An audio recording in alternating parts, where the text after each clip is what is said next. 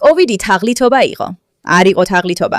ყველაფერი მოგონილი და გამოგონილი იყო. რატომ იყო მოგონილი და გამოგონილი? გონია, ამ კითხვებს ყველანი სამარეში ჩავიტანთ, რადგან ვცდილობთ გავიგოთ სინამდვილეში რა მოხდა. როგორ მოახერხეს მთავრობებმა ამდენი წლის განმავლობაში ამდენი ადამიანის ჩაკეტვა და ისეთი სამედიცინო ვაქცინების ძალით გაკეთება, რომელთა შესახებაც ჩვენ პრაქტიკულად არაფერი ვიცოდით?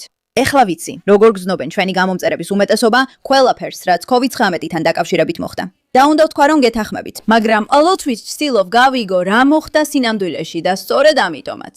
როცა X გავხსენი და ტულსი გაბარდის, ეს შოკის მისვონგრელი ანგარიში ვნახე, გაოგნებული დავრჩი. რადგან როგორც ის წერს, დღეს ჩემი ეროვნული დაზვერვის დირექტორის ბოლო დღეს ვაქვეყნებ აქამდე არნახულ კომუნიკაციებსა და დოკუმენტებს, რომლებიც აჩვენებს, როგორ გამოყო დოქტორმა ფაუჩიმ მილიონობით ამერიკელი გადამხდელის ფული საშიში ფუნქციის გაძლიერების კვლევისთვის უხანის ლაბორატორიაში პოლიტიზებულ ელემენტებთან თანამშრომლობით.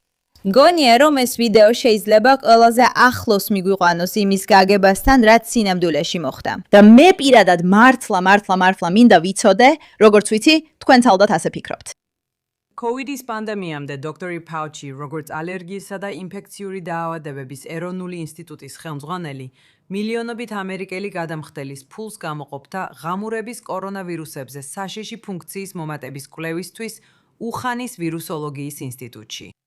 რა?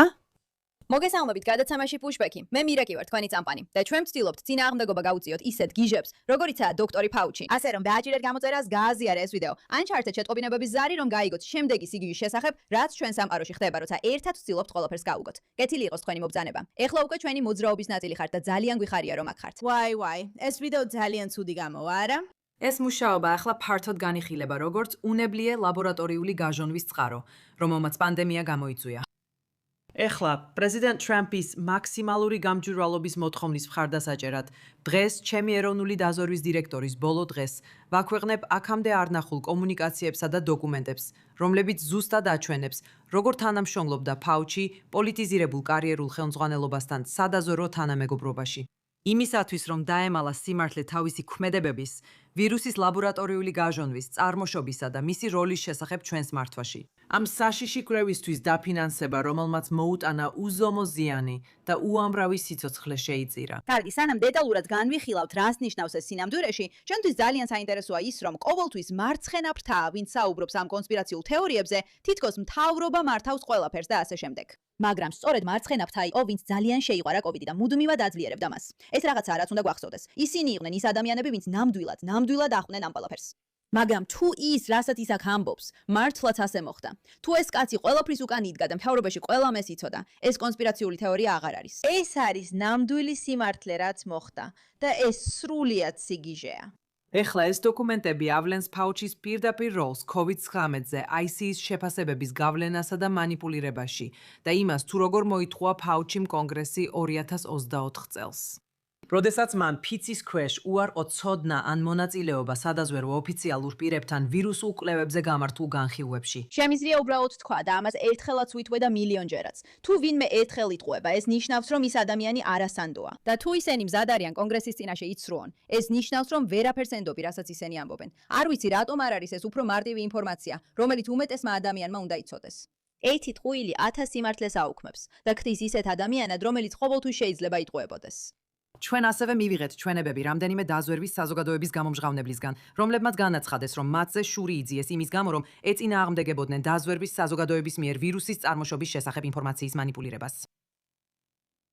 ეს არ მომწონს, როცა ადამიანები ცდილობენ გამოამჟღავნონ ინფორმაცია და მათ ეწინააღმდეგებიან ისინი, ვისაც მეტი ძალა აქვთ. ასე არ უნდა იყოს, თუ ეს ყველასთვის აშკარა არ არის. კიდევ ერთხელ, ეს აჩვენებს აშკარა ნიმუშს, განსხვავებული აზრის ჩახშობის, კრიტიკოსების დადუმებისა და სიმართლის დამალვის.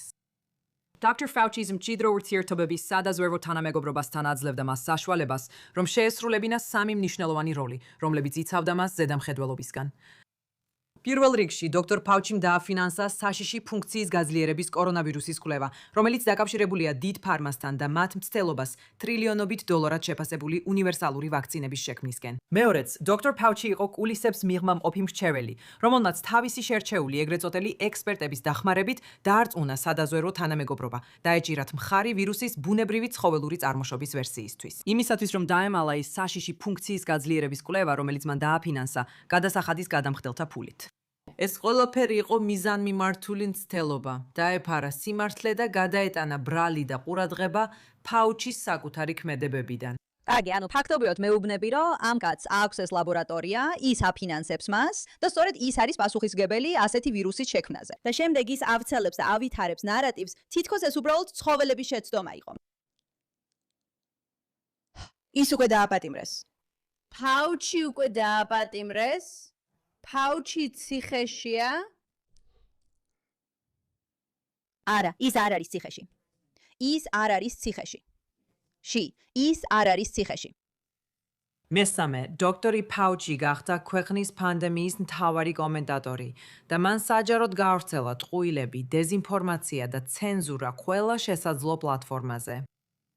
ეხლა ასობით გადახედული ელფოსტის მიხედვით, რომლებიც ამ გამოქვეყნებაშია შეტანილი, სადაზვერვო თანამეგობრობა თითქმის ყოველთვის ითვალისწინებდა ფაუჩის რეკომენდაციებს. მან გაავრცელა თაღლითური ნაშრომი, რომის გამოქვეყნებაც თავად დააჩქარა, როგორც სანდო ინფორმაცია სადაზვერვო საზოგადოებისათვის. არ ვიცი, მართლა გაბრაზებული ხარ თუ არა, მაგრამ რასაც ეხლა ხვდები, როცა ამას უყურებ და შეიძლება ამბავსაც ვაგვიანებ.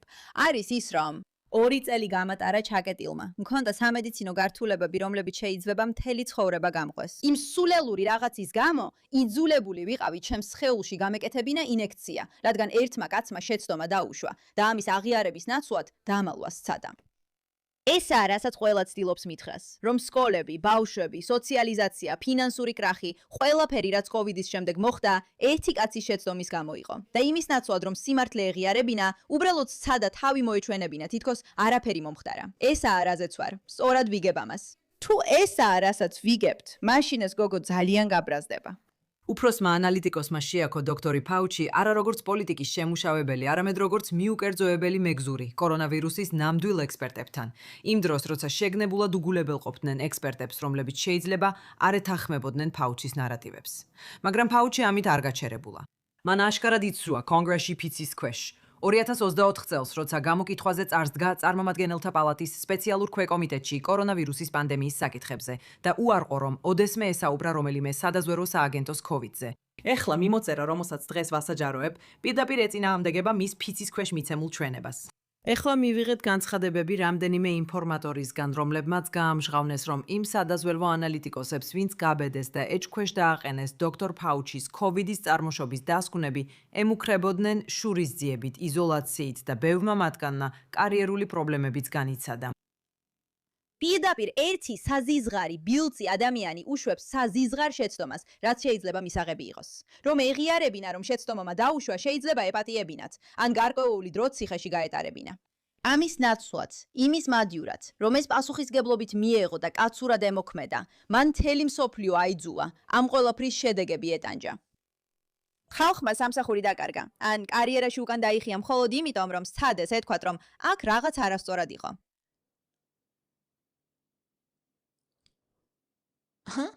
მაგალითად, კონტრაქტორი გაათავისუფლეს სამსახურიდან სულ რამდენიმე დღეში, მას შემდეგ, რაც მან ODNI-სთან როგორც ინფორმატორმა მიმართა. კიდევ ერთი მაგალითი.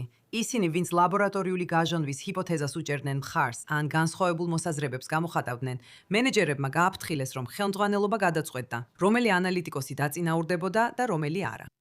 შეტყობინება ნათელი იყო. დაეთანხმე ან დაისჯები, ისჯები.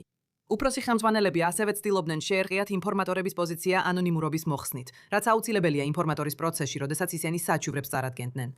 ასევე დაჟინებით მოითხოვდნენ, რომ მათი მენეჯერები ან ადვოკატები დასწრებოდნენ ODNI-ის შეხვედრებს, სადაც ეს ინფორმატორები გამოდიოდნენ თავიანთი ჩვენებით, რაც აშკარად ქმნიდა დაშინების ატმოსფეროს. COVID პანდემიამ უზარმაზარი სირთულეები და ტკივილი მოუტანა მილიონობით ჩვენს თანამემამულეს და უთვალავ ადამიანს მთელ მსოფლიოში. ეხლა წლების განმავლობაში ტყუილების, ცენზურისა და დაფარვის შემდეგ ამერიკელ ხალხს ეკუთვნის გამჭვირვალობა, სიმართლე და ანგარიშვალდებულება. ტაქტიკა, რომელიც გამოიტანეს სიმართლის დასამალად, პირდაპირ ღრმა სახელმწიფოს სახელმძღვანელოდანაა აღებული. პოლიტიზებული, საკუთარ თავზე ორიენტირებული ლიდერები, როგორიცაა დოქტორი ფაუჩი, ფარავდნენ საკუთარ დანაშაულებსა და ძალაუფლების ბოროტად გამოყენებას, მანიპულირებდნენ დაზვერვით, ატყუებდნენ კონგრესს და ართმევდნენ კანონიერად არჩეულ პრეზიდენტს ცდომას იმ მნიშვნელოვან ფაქტებზე, რომლებიც სჭირდებოდა ქვეყნის უსაფრთხოების უზრუნველსაყოფად. დროა სიმართლე გაიგოთ. თუ მიდიხარ ტულსი, მაინც ხმაურიანად წად. ბიჭო, ეს უბრალოდ საზიზღრობა. იცი, ამას ხშირად ვამბობ აქ. საქმე მხოლოდ მტრებში არ არის. თავარია, რომ მთავრობაში ეფმენ ადამიანები, რომლებსაც მართლა უყვართ საკუთარი ხალხი. და თუ მთავრობაში სწორი ადამიანები არ ყავს, მნიშვნელობა არ აქვს. არ აქვს მნიშვნელობა, რამდენად არაკომპეტენტურია შენი ბოროტი მტრები, შენი საკუთარი მთავრობა. იქნება ის დამაგრეველი ძალა, რომელიც გაგანადგურებს. და როცა ყავს ესეთი ადამიანები, რომლებიც იმ დონეზე არიან უნარიანები, რომ ესეთი მასშტაბის განადგურება მოახდინონ, უბრალოდ საკუთარ თავს უნდა კითხო. როგორ დავთმუნდეთ, რომ მსგავსი რამ აღარასოდეს განმეორდება. გმადლობთ ამ საკითხისადმი თქვენი ყურადღებისთვის.